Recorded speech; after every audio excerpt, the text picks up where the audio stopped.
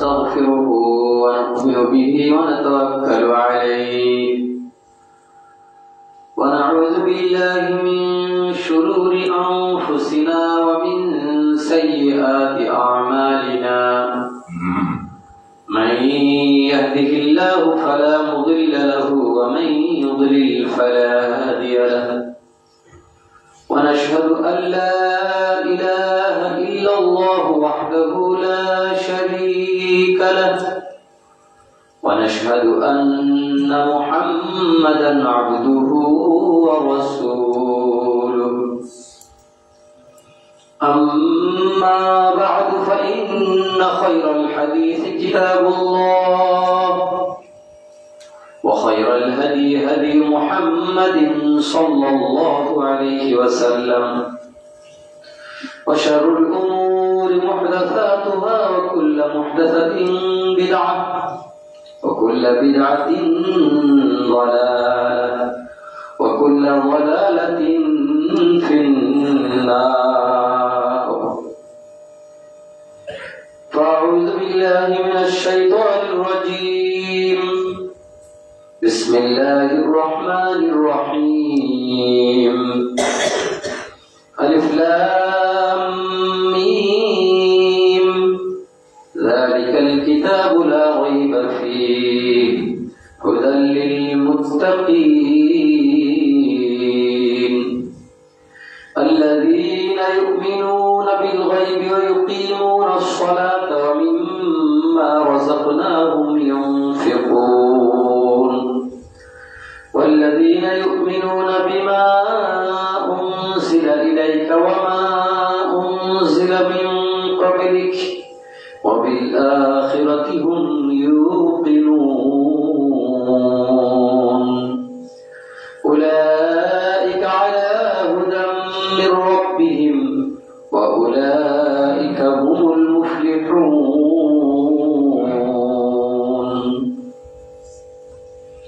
الحمد لله যাবতীয় গুণগান মহিয়ান গরিয়ান কৃপাইধান দাস সাগর বিশ্বজাহানের মহান প্রতিপালক সেই মহান রব্বুল আলামিনের জন্য যার অশেষ মেহেরবানিতে প্রতিকূল পরিবেশের মধ্যেও আমরা তারই ঘরে তারই ইবাদতের নিমিত্তে ফরজ সালাত পবিত্র এই জুমার দিনে জুমার সালাত আদায়ের জন্য সমবেত হওয়ার দুর্লভ সুযোগ পেয়েছি সে রব্বুল আলামিনের জন্য কালিমাতুশ শুকর পাঠ করছি আলহামদুলিল্লাহ। অতঃপর দুরূদ পেশ করছি আমাদের নবীজি সাইয়্যিদুল মুরসালিন মুহাম্মদ রাসূলুল্লাহ সাল্লাল্লাহু আলাইহি ওয়াসাল্লামের প্রতি আল্লাহুম্মা সাল্লি আলা মুহাম্মদ ওয়া আলা আলি মুহাম্মদ কামা সাল্লাইতা আলা ইব্রাহিম ওয়া আলা আলি ইব্রাহিম ইন্নাকা হামিদুম মাজিদ اللهم بارك على محمد وعلى آل محمد كما باركت على إبراهيم وعلى آل إبراهيم إنك حميد مجيد معزز محترم সম্মানিত মুসলিম کرام পর্দার অন্তরালের মা ও ভগ্নীগণ কালামুল্লাহ কোরআন মাজিদ ফুরকান হামিদের বৃহত্তম সূরা সূরা আল-বাকারার প্রাথমিক 5টি আয়াত তেলাওয়াত করেছি। ইনশাআল্লাহ আজিজুল মুস্তাআন এগুলোকে কেন্দ্র করে আমার দীর্ঘ খুতবার ইতিকান্তে চেষ্টা করব। আমার তৌফিক ইল্লা বিল্লাহ আলাইহি তাওয়াক্কালতু ওয়া ইলাইহি উনীব। সূরা আল-বাকারা যেমন ভাবে কোরআন মাজিদের বৃহত্তম সূরা, সবচেয়ে বড় সূরা, এই সূরাটি কোরআন মাজিদের শুরুতে সংযোজিত থাকলেও মূলত সূরাটি নাযিল হয়েছে অনেক পরে। কিন্তু কোরআন মাজিদ পাঠ করতে গেলে খুলতে গেলে সর্বপ্রথমে সূরা আল ফাতিহার পরেই সূরা আল বাকারার স্থান আমরা দেখতে পাই। মাজিদের যে সকল সূরা প্রথম দিকে অবতীর্ণ হয়েছে তার অধিকাংশ কোরআন মাজিদের শেষে সংযোজিত হয়েছে। যেমন আমরা যেটা সি পারা বলি, আম্মা পারা, আম পারা, সেই সি পারার সূরাগুলো এবং শেষের দিকের সূরাগুলো বেশিরভাগ মাক্কি সূরা, কিন্তু ওই কোরআন মাজিদের শেষে যে সূরাগুলো আছে ওগুলি আসলে নাজিল হয়েছে প্রথম দিকে। কিন্তু প্রথমে কেন এত বড় সূরাটা আমাদের সম্মুখে? তার কারণ হলো কোরআন মাজিদের প্রথম দিককার সূরাগুলোতে আল্লাহ পাক রব্বুল আলামিন তার শানের কুদরতের প্রকাশ দান করে তিনি ঈমানের দিকে আহ্বান করেছেন, ইসলামের দিকে আহ্বান করেছেন। কিন্তু আমরা যারা মুসলিম ইসলাম গ্রহণ করেছি, আমাদের এখন দায়িত্ব হয়ে পড়েছে ইসলামকে মানা, ইসলামের হুকুম আহকাম বিধান সম্পর্কে জানা এবং তা মান্য করা। যার ফলে সূরা আল বাকারাতে ৫,০০০ বিধিবিধান প্রকাশ্য অথবা অন্তর্নিহিত ভাবে উল্লেখ করা হয়েছে। এই সূরাটি আল্লাহ পাক রব্বুল আলামিনের তার পরিচিতি সম্পর্কে কোথাও কোথাও বিস্তর আলোচনা করা হয়েছে। এই সূরার মধ্যেই সূরা আয়াতুল কুরসি, যেটা এই সূরার মধ্যে সূরা বাকারাতে আয়াতুল কুরসি, এই আয়াতুল কুরসি আলোচনা করা হয়েছে।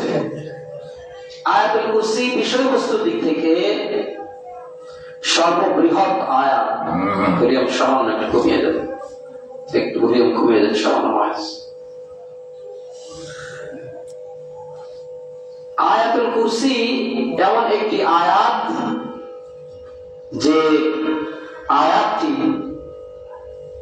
প্রত্যেক ফরজ সালাতের পরে যে ব্যক্তি পাঠ করবে তার জন্য জান্নাত অবধারিত করে দেয় এবং তার জান্নাতে যাওয়ার বাধা প্রতিবন্ধকতা থাকে মৃত্যু। মৃত্যুর সাথে সাথেই তার জান্নাতে যাওয়ার সুযোগ হয়ে যায়। সুবহানাল্লাহ। তো সূরা আল বাকারা যে বাড়িতে পাঠ করা হয় সেই বাড়ি থেকে জিন শয়তান পালিয়ে যায়, সেই বাড়িতে আল্লাহ পাক রব্বুল আলামিনের রহমত বরকত অবতীর্ণ হয়। সূরা আল বাকারার প্রথম ৫ আয়াত যেগুলো তেলাওয়াত করেছি, আয়াতুল কুরসি এবং তারপরের ২ আয়াত, এই নিয়ে ৮ আয়াত, সর্বশেষের আমানুর রাসূল থেকে শেষ ২ আয়াত, এই ১০টি আয়াত যে ব্যক্তি পাঠ করে ঘুমোতে যায় সেই ব্যক্তি ওই রাত্রির জন্য যাবতীয় নিরাপত্তার ব্যবস্থা আল্লাহ পাক রব্বুল আলামিন সম্পন্ন করে থাকেন। সুবহানাল্লাহ। সুতরাং মর্যাদা, মর্তবা এবং নিরাপত্তা ও বিধিবিধান সম্বলিত এই সূরাটি মুমিন জীবনের জন্য অত্যন্ত গুরুত্বপূর্ণ। এই সূরার প্রাথমিক আয়াতে কারিমাতে আল্লাহ রাব্বুল আলামিন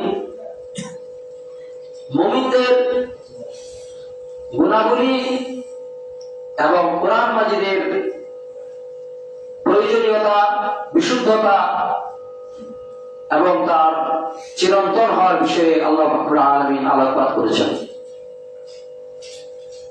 আল্লাহ পাক বলেন, বিসমিল্লাহির রহমানির রহিম, আলিফ লাম মিম, যালিকাল কিতাবু লা রাইবা ফীহি। আলিফ লাম মিম, এটা সেই কিতাব যাতে কোন রকম সন্দেহ নেই।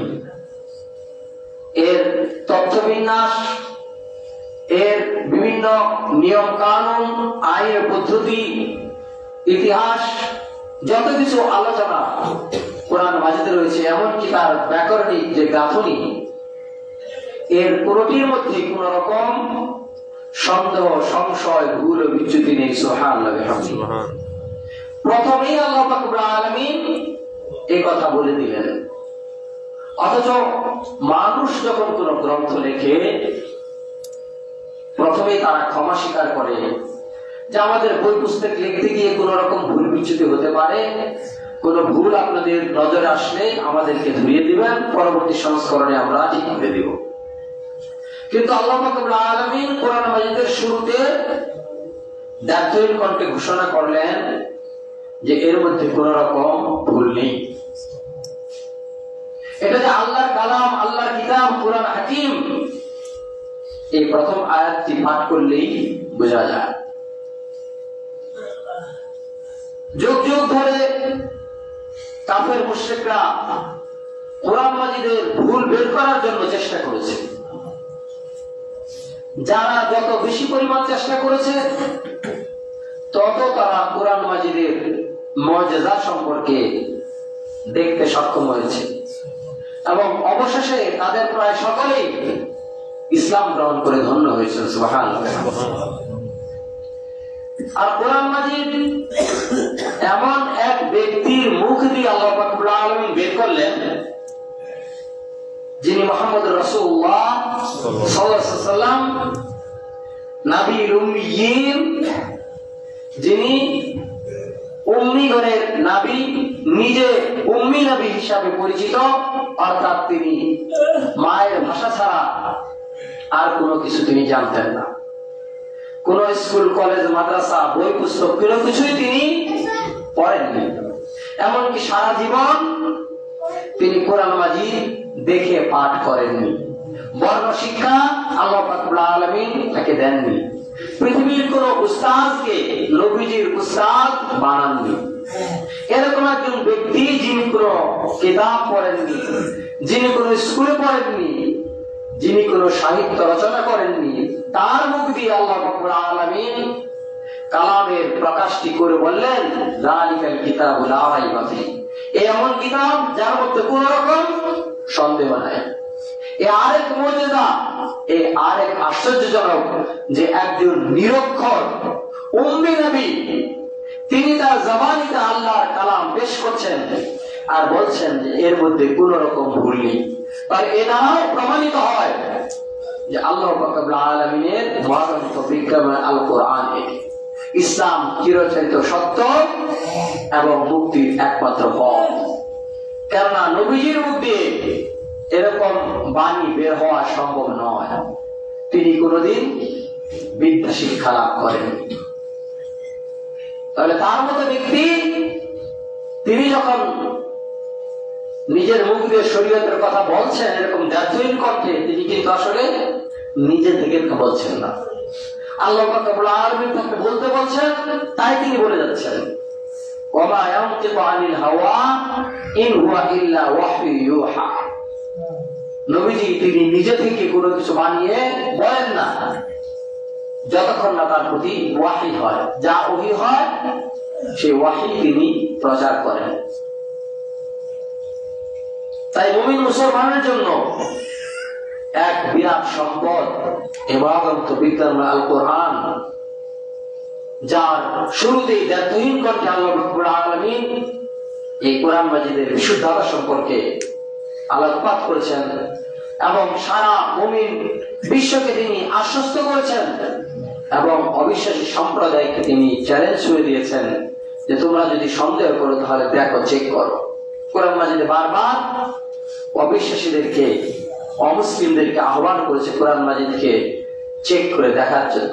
তারা চেক করেছে, দেখেছে এবং নির্ভুল পেয়েছে। কোন ভুল তারা ধরতে পারেনি, বরং কোরআনের ভুল ধরতে গিয়ে নিজেদের ভুল সংশোধন হয়েছে, ভুল ভেঙেছে। আল্লাহ বলেন হুদাল লিল মুত্তাকিন, এটা যারা তাকওয়া অর্জন করতে চায়, আল্লাহ ওয়ালা হতে চায়, তাদের জন্য পথ প্রদর্শনকারী, পথ নির্দেশক দানকারী। সঠিক পথে যারা চলতে চায় আল্লাহর পথে যারা চলতে চায়, জান্নাত লাভ করার পথে যারা চলতে চায়, তাদের জন্য কোরআন মাজিদ হচ্ছে গাইডলাইন, পথ নির্দেশনা দানকারী। সুবহানাল্লাহ। الذين يؤمنون بالغيب ويقيمون الصلاة ومما رزقناهم ينفقون। আল্লাহ পাক বলেন, যারা মুমিন তারা গায়েবের প্রতি বিশ্বাস স্থাপন করে। আল্লাযীনা ইউমিনুনা বিল গায়বি ওয়া ইউকিমুনা সলাহ, তারা সালাত কায়েম করে। ওয়া মিম্মা রাযাকনাহুম ইউনফিকুন, এবং তাদেরকে যে রিজিক আমি দিয়েছি তাদেরকে তারা ব্যয় করে। এগুলো হলো মুমিনের গুণাবলী। একজন মুমিন মুসলমান তার এক নম্বর হলো ঈমান। আল্লাযীনা ইউমিনুনা বিল গায়ব, ঈমান বিল গায়ব, অদৃশ্য বিষয়ের প্রতি ঈমান রাখা, দৃঢ় বিশ্বাস রাখা। এমন কিছু বিষয় যে বিষয়গুলো মূলত মানুষের স্বাভাবিক চিন্তায় বিশ্বাসযোগ্য হওয়ার কথা নয়, মানুষের বুধ বৃদ্ধিতে তা ধরার কথা নয়। যেমন মানুষ মরে গেলে, মাটিতে পচে গলে শেষ হয়ে গেলে, মাটির সাথে মিশে মাটি হয়ে গেলে সে মানুষ আবার জীবিত হবে, আবার তার দেহ গঠিত হবে, আবার তাকে ধরা যাবে, ছোঁয়া যাবে, এরকম চিন্তা আমাদের মাথায় আসতে চায় না। কাফেররা তাই বলতো, এ কেমন আজীব কথা যে আমাদের বাপদাদা পূর্বপুরুষ তারা মরে মাটিতে মিশে গিয়েছে, আবার তাদেরকে ধরা হবে, এটা তো বড় আশ্চর্যজনক কথা। কিন্তু মুমিনরা এই আশ্চর্যজনক বিষয়টিকে তারা মনে প্রাণে বিশ্বাস করে যে আল্লাহ পাক রব্বুল আলামিন যেহেতু বলেছেন তাই হবে, এর কোনো ব্যত্যয়, এর কোনো পরিবর্তন হবে না। এমনি ভাবে কবরের আযাবের কথা মুমিনরা বিশ্বাস করে, তাই কবরের কাছে গিয়ে তারা অঝর নয়নে কাঁদে, আল্লাহর কাছে মাফ চায়। গুরুস্থানে গিয়ে কবরবাসীকে সালাম দেয় এবং তারা বিশ্বাস করে আমাদের সালাম তাদের কাছে পৌঁছানো হয়, আমাদের দোয়া তাদের কাছে পৌঁছানো হয়, এবং সালাম দিয়ে বলে, আসসালামু আলাইকুম ইয়া আহলাল কুবুর ইয়াগফিরুল্লাহু লানা ওয়া লাকুম ওয়া আনতুম সালামুনা ওয়া নাহনু বিল আসরি, অথবা আসসালামু আলাইকুম ইয়া আহলাদ দিয়ারি মিনাল মুমিনিন ওয়াল মুসলিমিন ওয়া ইন্না ইনশাআল্লাহু বিকুম লালাহিকুন নাসাল্লাহু আফওয়া ওয়াল আফিয়াতা। আল্লাহ পাক রব্বুল আলামিনের নিকটে সালাম দেওয়ার পরে দোয়া করে বলে যে হে কবরবাসী, আল্লাহ পাক তোমাদেরকে মাফ করে দেন, আমাদেরকে মাফ করে দেন, তোমরা আমাদের পূর্বগামী, তোমরা কবরে চলে গিয়েছো, আমরাও তোমাদের পথের প্রতি, পরবর্তীতে আমরাও আসছি। মৃত্যুর কথা সে পরিষ্কার ভাবে বিশ্বাস করে, কবরের আযাব কথা বিশ্বাস করে, কবরের অবস্থান থেকে পুনরুত্থান, কবর থেকে বেরিয়ে নবজীবন লাভ করে হাসরের মাঠে বসার কথা সে বিশ্বাস করে। এই কথাগুলোই ইমানে মুফাসসালের মধ্যে সে বলেছিল, আমানতু বিল্লাহি ওয়া মালাইকাতিহি ওয়া কুতুবিহি ওয়া রুসুলিহি ওয়াল ইয়াউমিল আখিরি ওয়াল কদরি খাইরিহি ওয়া শাররিহি মিনাল্লাহি তাআলা ওয়াল বা'থি বা'দাল মাউত। যে আমি ঈমান আনছি আল্লাহ পাক রব্বুল আলামিনের প্রতি, ওয়া মালাইকাতিহি এবং ফেরেশতাগণের প্রতি, ওয়া কুতুবিহি আল্লাহ পাকের নাযিলকৃত কিতাবসমূহের প্রতি, ওয়া রুসুলিহি আল্লাহ পাকের প্রেরিত রাসূলগুলোর প্রতি, ওয়াল ইয়াউমিল আখিরি আর পরজিন্দিগির প্রতি, ওয়াল কদরি খাইরিহি ওয়া শাররিহি মিনাল্লাহি তাআলা, ভাগ্যের ভালো মন্দ, কল্যাণ অকল্যাণ আল্লাহ পাকের হাতে রয়েছে, আল্লাহ পাক ভাগ্য নির্ধারণ করেন, তার প্রতি আমি ঈমান রেখেছি। ওয়াল বা'থি বা'দাল মাউত, মৃত্যুর পরে আবার জিন্দা করা হবে, পুনরুত্থান হবে, এই বিষয়ের প্রতি ঈমান এনেছি। এই যে ঈমানদার, তার মৌলিক কথাগুলো হচ্ছে এই যে আমরা এগুলোর প্রতি ঈমান এনেছি, অথচ আল্লাহকে দেখিনি, ফেরেশতাকে দেখিনি, কিতাবগুলো আমাদের কাছে আসছে, কিন্তু সেই কিতাবগুলো একমাত্র কোরআন মাজিদ ছাড়া অন্যগুলোর কোনো মূল কপি নবী আমাদের কাছে নেই, নবী রাসূলগণ আমাদের কাছ থেকে বিদায় হয়েছেন, তাদেরকেও দেখিনি। আর কবর জিন্দিগি, কবর থেকে পুনরুত্থান, হাসরের জীবন, এগুলো তো সম্পর্কে আমাদের কোনো কল্পনাই নেই। কিন্তু তারপরে এগুলো সবকিছুর প্রতি আমরা এমন ভাবে বিশ্বাস করি যেমন ভাবে আমাদের আশা ও বিশ্বাস থাকে যে আগামীকাল সূর্যোদয় হবে। আজকে সূর্য দেখতে পাচ্ছি, সূর্য তাপ উপভোগ করছি। তাই আল্লাযীনা ইউমিনুনা বিল গায়বি, মুমিনরা গায়বের প্রতি ঈমান রাখে। ওয়া ইউকিমুনাস সালাহ, এরপরেই তাদের যেটা গুণ ঈমানের পরেই, সেটা হলো সালাত আদায় করা, নামাজ পড়া। যে ব্যক্তি মুমিন সে নামাজ পড়ে, যে নামাজ পড়ে না সে মুমিন না। পরিষ্কার কথা। যে নামাজ পড়ে না সে মুমিন না। তার নাম হতে পারে আব্দুল্লাহ। নবীজির আব্বার নাম কি ছিল? আব্দুল্লাহ। কিন্তু তার কথা, ঈমান আনার কথা বলা হয়। এরকম অনেক লোকের নাম ছিল যেগুলো আমরা বর্তমানে মুসলিমরা রাখি, কিন্তু আরবের অমুসলিমদের মধ্যেও এরকম নামের প্রচলন ছিল, যেগুলো শুনলে বোঝা যায় যে এরা মনে হয় মুসলিম, কিন্তু আসলে তা মুসলিম নয়।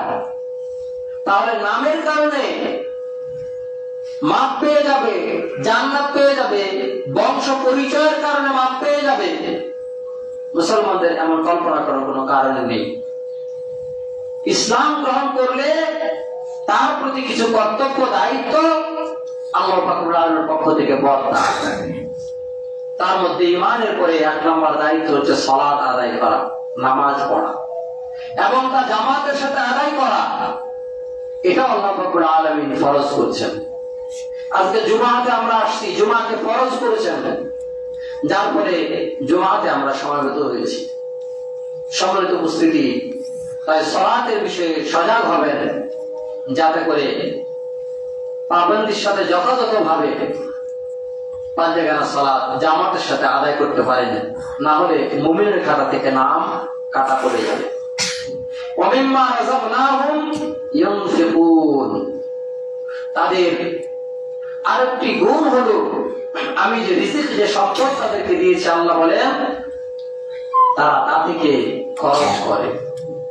এই খরচ, এটা যেমন নিজের জন্য প্রয়োজন, পরিবার পরিজনের জন্য প্রয়োজন, তেমনি ভাবে এই খরচের কিছু দায়িত্ব আল্লাহ রাব্বুল আলামিন নিজে নির্ধারণ করে দিয়েছেন। যেমন অসহায়, দুর্বল, দরিদ্র, এরকম নানা দুর্দশাগ্রস্ত ব্যক্তিদেরকে সহযোগিতা করার জন্য আল্লাহ রাব্বুল আলামিন দায়িত্ব দিয়ে দিয়েছেন মুমিনদের উপরে। সম্পদ আপনার, সম্পদ অর্জন করেছেন আপনি, সম্পদ খরচ করবেন আপনি, কিন্তু এর অর্জন থেকে শুরু করে খরচ পর্যন্ত যাবতীয় পথ পদ্ধতিটি আল্লাহ পাক রব্বুল আলামিনের বেঁধে দেওয়া। অন্যরাও সম্পদ উপার্জন করে, অন্যরাও খরচ করে, কিন্তু আপনি তাদের মতো নন। আপনি মুমিন। ওমিম্মা রাযাকনাহুম ইউনফিকুন, আল্লাহ পাক বললেন যে আমি যে রিজিক তাদেরকে দিয়েছি, এই রিজিক থেকে তারা ব্যয় করে। তাহলে আপনার প্রতি দায়িত্ব আছে এই সম্পদ প্রাপ্তির পরে তাকে উপযুক্ত খাতে ব্যয় করা। আপনি যদি সম্পদশালী হন, সেটা যদি যাকাতের নিসাব পরিমাণে যায়, অর্থাৎ আপনার যদি নগদ অর্থ বা বাণিজ্যিক সম্পদ মোটামুটি বাংলাদেশের রূপমূল্য হিসাব করে যদি 52,000 টাকা সর্বোচ্চ আপনার যদি ব্যবসায়িক সম্পদ হিসাবে তা দোকানে সঞ্চিত থাকে, অথবা ব্যাংকে জমা থাকে, অথবা নগদ অর্থ থাকে, এরকম পরিমাণ টাকা পয়সা থাকে, সেটা যাকাত আপনাকে দিতে হবে। এটা আপনার জন্য আল্লাহ পাক রব্বুল আলামিন ফরজ করে দিয়েছেন। আবার এই যাকাত গুলো খরচ করার খাত কোনটা হবে তাও আল্লাহ পাক রব্বুল আলামিন আলোচনা করেছেন। আপনি যদি বর্তমানে কেজি ওজনে যদি 16 মণের উপরে আপনার শস্য উৎপাদন হয়, খাদ্য শস্য, তাহলে সেই উৎপাদিত শস্য যদি বৃষ্টি বা নদীর পানিতে হয়, তাহলে তার 1/10 উসর হিসাবে আপনাকে দিতে হবে। এটা আল্লাহ রাব্বুল আলামিন ফরজ করেছেন। এটা আপনার সম্পদ নয়, অথচ আপনি উপার্জন করতেছেন। আপনি কায়িকলে সে খেটে কষ্ট করে জমিনে ফসল উৎপাদন করছেন, কিন্তু তার মধ্যে অন্যের হক রয়েছে, অন্যের পাওনা রয়েছে, দাবি রয়েছে। সেটা যদি বৃষ্টি বা নদীর পানিতে, ঝর্ণার পানিতে না হয়ে আপনার সেচকৃত পানি দ্বারা তা যদি উৎপাদন করতে হয়, তাহলে অর্ধ-উসর অর্থাৎ 20 ভাগের 1 ভাগ আপনাকে আল্লাহর পথে খরচ করতে হবে, যে খাতগুলো সম্পর্কে আল্লাহ রাব্বুল আলামিন আলোচনা করেছেন। এটা যদি না করেন, তাহলে মূলত আপনি ইসলামের বিধান মান্য করলেন না। ইসলামের মৌলিক স্তম্ভ, মূল খুঁটি, এই খুঁটিকে পর্যন্ত আপনি নষ্ট করে দিলেন। কেননা হাদিসে ইসলামের 5টি স্তম্ভের কথা বলা হয়েছে, তার সালাতের পরেই হলো যাকাত। তেমনি ভাবে এখানে আমরা দেখছি যে একই কথা আল্লাহ বলছেন যে ওয়াইকিমুস সালাহ ওয়া মিম্মা রাযাকনাহুম ইউনফিকুন। তারা সালাত আদায় করে, সালাতের পরেই তারা যাকাত আদায় করে। আমরা সাধারণত বলি কালেমা, নামাজ, রোজা, হজ, যাকাত, এরকম ইসলামের স্তম্ভের কথা আমরা বলি, কিন্তু আসলে তা নয়। কালেমা, নামাজ, যাকাত। তাহলে ইসলামে অর্থনীতির গুরুত্ব অত্যন্ত গুরুত্বপূর্ণ। কেননা মানুষ সামাজিক জীব হিসাবে তাকে অর্থকে লেনদেন করতে হয়, এবং সমাজ জীবনে চলতে গেলে তার অর্থের প্রয়োজনীয়তা আছে, এবং অর্থ না থাকার ফলে বহু অনর্থ তৈরি হয়। আবার অর্থই কোন কোন কবি সাহিত্যের কথাই হলো অর্থ সকল অনর্থের মূল, কিন্তু ইসলামটা বলে না। ইসলাম বৈরাগ্যের কথা বলে না যে আপনাকে অর্থবিত্ত শেষ করে দিতে হবে, সে কথা বলে। কিন্তু আল্লাহর বিধান মাফিক তা খরচ করতে হবে। এখন আপনি খরচ করছেন, আল্লাহর বিধান মাফিক হয়নি, তাহলে আপনার এই খরচ জাকাত হবে না। আপনি দেখলেন হারাম জিনিসের মধ্যে খরচ করলেন, আপনি অপ্রয়োজনীয় খরচ করে অর্থ শেষ করে দিলেন, এই অধিকার আল্লাহ রাব্বুল আলামিন আপনাকে দেননি। আজকাল দেখা যায় যে বিভিন্ন অনুষ্ঠান, যদিও বাংলাদেশের মানুষ এখনো অনেকে দরিদ্র সীমার নিচে বাস করে, তারপরেও তারা বিভিন্ন ক্ষেত্রে অপচয় করে, ইসরাফ করে, যেটা শরীয়তে হারাম সেই কাজটা করে। বড়লোকরা করে, তাদের টাকা আছে মেলা, যদিও তাদের জন্য এটা বৈধ নয়। এটা গরিবদের জন্য বৈধ নয়, কারোর জন্য বৈধ নয়, কিন্তু বড়লোকরা টাকা আছে মেলা, তাই বলে খরচ করার জায়গা নেই, তাই খরচ করতেছে। কিন্তু আমরা যে দরিদ্র মানুষ, মধ্যবিত্ত মিডল ক্লাসের লোক, আমরা কেন টাকা খরচ করতে যাই? আমাদের কি টাকা বেশি হয়ে গেল? বেশি যারা ছিল তারা খরচ করে আল্লাহর কাছে ধরা, কম যারা রয়েছে তারা খরচ করে আরো বেশি ধরা। আল্লাহ পাক রব্বুল আলামিন নির্দেশ করেছেন কালামে হাকিমে যে তোমরা অপচয় করো না, ওয়ালা তুবাযির তাবযীরা ইন্নাল মুবাযযিরিনা কানু ইখওয়ানাশ শায়াতিন। আল্লাহ পাক বলেন যারা অপচয় করে তারা হলো শয়তানের ভাই, নাউযুবিল্লাহ মিন যালিক। একই জ্ঞাতি গোষ্ঠী।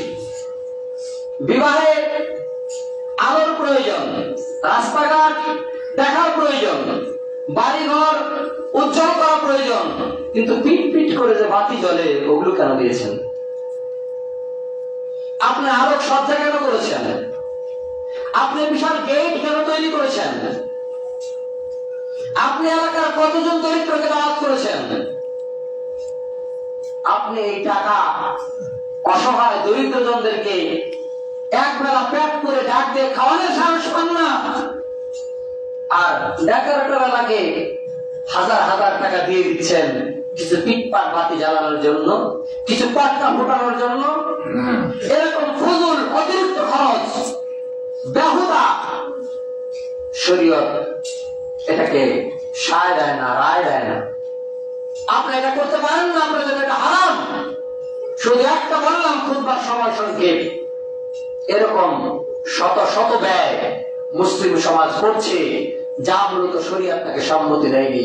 কোনটা করছে দেশাচারের নাম বলে, কোনটা পূর্বপুরুষরা অন্য ধর্ম ছিল, তাদের ধর্মের যে সমস্ত আচার আচরণ ছিল ওগুলো এখনো থাকতে পারে নাই, সেগুলোকে নিজে মুসলিম হওয়া সত্ত্বেও আমল করে যাচ্ছে। অথবা কোনটা শিক্ষা সংস্কৃতির নামে বিজাতীয় সভ্যতা থেকে এই সভ্যতাতে আগমন করেছে, নিজেরা সভ্যতা বিক্রয় অসভ্য কাজ করছে। তারা 31 নাইট 31 ডিসেম্বরের রাত উদযাপন করে সম্পদ অপচয় এবং বিজাতীয় কৃষ্টিকালচার করছে। আগামী 14 ফেব্রুয়ারি ভ্যালেন্টাইন ডে বিশ্ব ভালোবাসা দিবসের নামে কাহা দিবস পালন করার ব্যবস্থা করছে। পয়লা বৈশাখের নামে বিজাতীয় কুসংস্কার নিজেদের সমাজে পালন করছে। এমনি ভাবে বিজু উৎসবের নামে বিভিন্ন উৎসব করছে। একটা করে বলতে গেলে বাসন্তী উৎসব বলেন আর এই বর্ষবরণ বলেন, নানা ভাবে মুসলমানরা যেমন অর্থ নষ্ট করছে এবং তাদের ধর্ম নষ্ট করছে। সম্মানিত উপস্থিতি, বিষয়গুলো সজাগ হবে। আল্লাহ পাক রব্বুল আলামিন আপনাদের সম্পদের হিসাব করায় গণনায় গ্রহণ করবেন। একটা মানুষকেও পা নড়াতে দেওয়া হবে না যতক্ষণ পর্যন্ত 5টি প্রশ্নের জবাব কিয়ামতের ময়দানে দিতে না পারবে। তার মধ্যে প্রশ্ন হবে সম্পদ কোত্থেকে কিভাবে উপার্জন করেছ, আরেকটি হলো সম্পদ কোথায় কিভাবে ব্যয় করেছ। দুইটির উত্তর আয়ের এবং ব্যয়ের দিয়ে হিসাব বুঝিয়ে দিতে হবে। তাই হিসাব সম্পর্কে সজাগ হন। আল্লাহ পাক রব্বুল আলামিনের নিকটে মাল পাওয়া কি পথ থাকতে পারে সেই পথ অবলম্বন করার চেষ্টা করেন। বেশি বেশি করে আল্লাহর রাহে আল্লাহর পথে ব্যয় করার চেষ্টা করেন। আল্লাহর পথে ব্যয় যারা করেছেন তারা দুই শ্রেণীর, দুই ধরনের লোক সমাজে রয়েছে, পূর্ব যুগে ছিল। সে হলো এক শ্রেণীর লোক কোন একটা কল্যাণ কাজের শুরুতে তারা ব্যয় করেছেন। তারা হলো ফাউন্ডার, মানে ভিত্তি প্রস্তরকারী, তারা ব্যয় করেছেন। যেমন অতি পূর্ব যুগে আমাদের আসহাবে আজমাইন তারা ব্যয় করেছেন। দ্বীনের জন্য, ইসলামের জন্য তারা খরচ করেছেন। তাদের মধ্যে কেউ কেউ ছিল ধনী, যাকে গনি বলা হতো, উসমান গনি। দান করতে করতে তিনি নিঃস্ব হয়ে গেছেন। আবু বকর রাদিয়াল্লাহু আনহু তিনি একজন ব্যবসায়ী ছিলেন, তিনি দান করতে করতে নিঃস্ব হয়ে গেছেন। তাবুকের যুদ্ধে রাসূলুল্লাহ সাল্লাল্লাহু আলাইহি ওয়াসাল্লাম যখন ডাক দিলেন, আজকের এই যুদ্ধের জন্য কে কি দিতে পারো দাও। এই বিশাল মুসলিম বাহিনী, 12,000-এর এক বিশাল বাহিনী, এই বাহিনীকে সুসজ্জিত করে তাদের রসদাদি, তাদের উট, তাদের তলোয়ার, তাদের খাদ্য সরবরাহ করা আমার পক্ষে সম্ভব নয়, তোমরা এগিয়ে আসো। সাহাবীগণ এগিয়ে আসলেন। হযরত আবু বকর রাদিয়াল্লাহু আনহু আসলেন। তাকে বলা হলো, আবু বকর আপনি কি নিয়ে আসছেন? তিনি বললেন, ইয়া রাসূলুল্লাহ, আমার বাড়িতে যা কিছু ছিল আমি সব নিয়ে আসি ইসলামের জন্য। সুবহানাল্লাহ। নবীজি বললেন, আপনি সব নিয়ে আসলেন ইসলামের জন্য, বাড়িতে পরিবার পরিজনের জন্য আপনি কি রেখে এসেছেন? আবু বকর বললেন, আল্লাহর মুহাম্মদ এবং রাসূলের মহব্বতটুকু আমি বাড়ির জন্য সম্বল করে রেখে এসেছি। সুবহানাল্লাহ। ইসলাম এত সহজেই 7 সমুদ্র 13 নদী অতিক্রম করে এই ভূত পরিস্থিতি দেশে এইখানে এসে আমাদের কাছে আসেনি। এইখানে এই পাঠান পাড়াতে এত সহজে ইসলাম আসেনি। অনেক ত্যাগ, অনেক অর্থ ব্যয়, অনেক রক্ত বন্যার মধ্যে দিয়ে ইসলাম এদেশে, এই ভূমিতে, এই অঞ্চলে আগমন করেছে। তার অতীত ইতিহাস আমরা হয়তো ভুলে গেছি। আমরা অতীত সেই ব্যক্তিদের নাম ভুলে গেছি। আল্লাহর কাছে, আল্লাহর সোনালী খাতায় তা লেখা রয়েছে, আমরা কিয়ামতের ময়দানে তা দেখতে পাবো। আরেক শ্রেণীর লোক, তারা ব্যয় করেছে, তাদের ব্যয় ছিল পরবর্তী সময় যে ব্যয়টার মধ্য দিয়ে ইসলামের সেই কাজগুলো সুশোভিত হয়েছে, কিন্তু ভিত্তিটা তার আগেই একদল দিয়ে গিয়েছেন। যেমন আসহাবে আজমাইন আমাদেরকে দ্বীনের ভিত্তি দিয়ে গিয়েছেন। উভয়ের যে দান, উভয়ের যে ত্যাগ, এর মূল্যায়ন মর্যাদা কখনো সমান হতে পারে না। আল্লাহ পাক রব্বুল আলামিন সে কথা দ্ব্যর্থহীন করতে স্বীকার করেছেন যে যারা ফাতহে মক্কার আগে, ইসলামের বিজয়ের আগে যারা দান করেছে, যারা খরচ করেছে, তারা আর যারা পরে খরচ করেছে তারা কখনো সমান হতে পারে না। লা ইয়াসতাবি মিনকুম মান আনফাকা মিন ক্বাবলিল ফাতহি,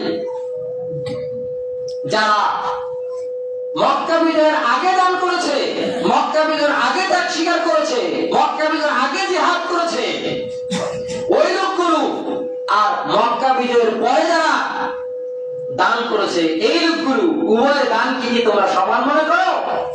উভয়ের দানের মর্যাদা তো সমান হতে পারে না।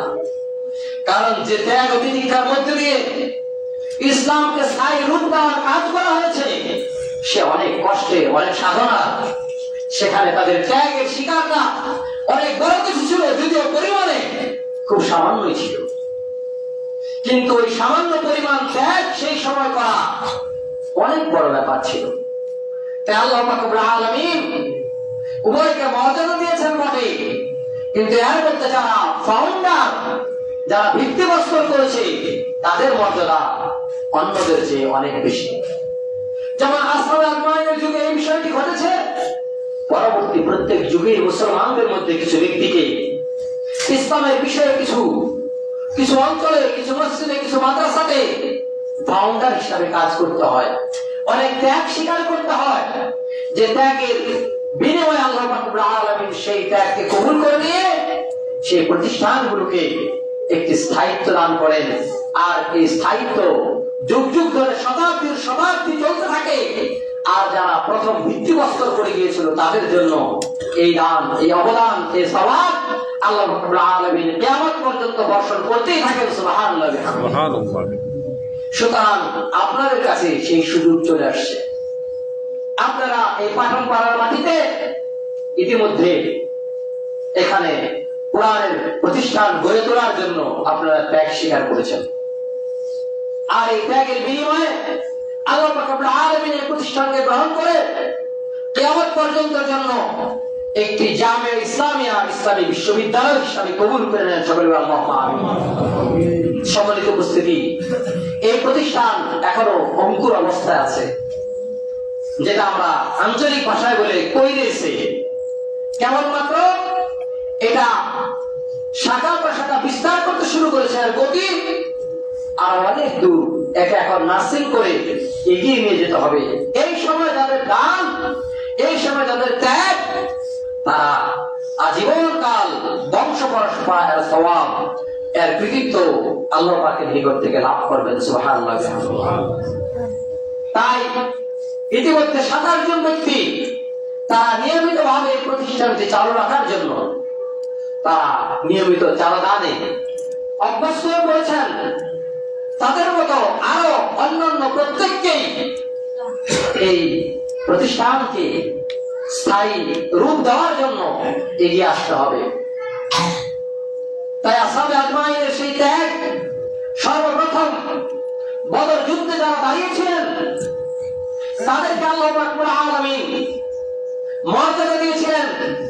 সেখানে মাত্র 313 জন ব্যক্তি নিরস্ত্র, নিরন্ন, রসদ এবং তাদের ঘোড়া, যুদ্ধের বাহন সবকিছু ছাড়াই তারা আল্লাহ পাকের দুশমনদের বিরুদ্ধে দণ্ডায়মান হয়েছিলেন।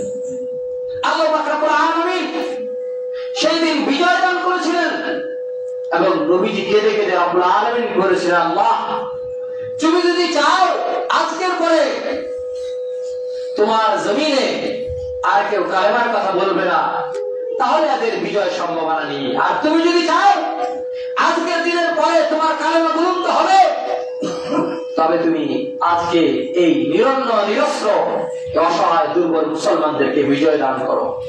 আল্লাহ পাক রব্বুল আলামিন তাদেরকে অভূতপূর্ব অভাবনীয় বিজয় দান করেছিলেন। আরবের বাগা বাগা কাফের নেতারা প্রায় সকলেই বদর যুদ্ধে নিহত হয় এবং বদর যুদ্ধে 70 জন কাফের মুসলমানদের হাতে নিহত হয়। তারা এসেছিল সদর্পে সুদূর মক্কা নগরী থেকে মদিনা নগরীতে 500 কিলোমিটার পথ পাড়ি দিয়ে মুসলমানদেরকে নির্মূল করে দেওয়ার জন্য আগমন করেছিল। আল্লাহ পাক রব্বুল আলামিন তাদেরকে নির্মূল করে দিয়েছেন, কিন্তু মুসলমানদেরকে চরম ত্যাগের পরীক্ষা দিতে হয়েছে বদরের মাঠে। তাই মুসলমানরা পরবর্তী সময় এই বদরের সাহাবীদের সংখ্যাকে বরকতি মনে করে তারা এই সংখ্যক ব্যক্তিদেরকে সামাজিক কাজে বিশেষভাবে সম্পৃক্ত হওয়ার জন্য আহ্বান জানান যে আপনারাও 313 জন ব্যক্তি দাঁড়িয়ে যান যারা ফাউন্ডার হবেন, যাদের শ্রম ঘাম ত্যাগের উপরে এই প্রতিষ্ঠান দাঁড়িয়ে থাকবে এবং তারা আল্লাহ পাক রব্বুল আলামিনের নিকটে উচ্চ মর্যাদাশীল হবেন এবং তারা ক্ষমাপ্রাপ্ত হবেন। আল্লাহ পাক রব্বুল আলামিন বদর সাহাবীদের সম্পর্কে বলে দিয়েছিলেন যে যাও, আমি তোমাদেরকে ক্ষমা করে দিয়েছি, তোমাদের মন যা চাই করো, তোমাদেরকে ক্ষমা করে দিয়েছি। কিন্তু আর সেই নয় যে তারা মন যা চেয়েছে তাই করেছে, আল্লাহ যা চেয়েছেন তারা তাই করছেন। সুতরাং আপনারাও এগিয়ে আসবেন। 313 জন ব্যক্তিকে আমরা চাই যারা এই প্রতিষ্ঠানের ফাউন্ডার হিসাবে আজীবন সদস্য এবং তাদের বংশ পরস্পর সদস্য থাকবে, যারা এখানে নিয়মিত তাদের অর্থনৈতিক সহযোগিতা প্রদান করবেন। আমরা আপনাদেরকে সে আহ্বান জানাবো, আল্লাহ পাক তাদেরকে কবুল করুন। কবুল করুন ওই 7 ব্যক্তিকেও যারা ইতিমধ্যে আমাদের সামনে নমুনা রেখেছেন। আল্লাহ পাক রব্বুল আলামিন আমাদেরকে আমাদের সম্পদ সঠিক খাতে সঠিক পথে ব্যয় করে আমাদের সম্পদের বৃদ্ধি, পবিত্রতা অর্জন এবং ইহকালে শান্তি ও মুক্তি, পরকালে জান্নাতের পথকে সুগম করে দেন। ওমিম্মা রাযাকনাহুম ইউনফিকুনের বাস্তব নমুনা প্রদর্শন করার তৌফিক দান করে দেন। আল্লাহুম্মা আমিন। আকুলু কাওলি হাযা ওয়া আস্তাগফিরুল্লাহ ওয়া লাকুম ওয়া লিসাইরিল মুসলিমিন। বারাকাল্লাহু লাকুম ফিল কুরআনিল আযীম।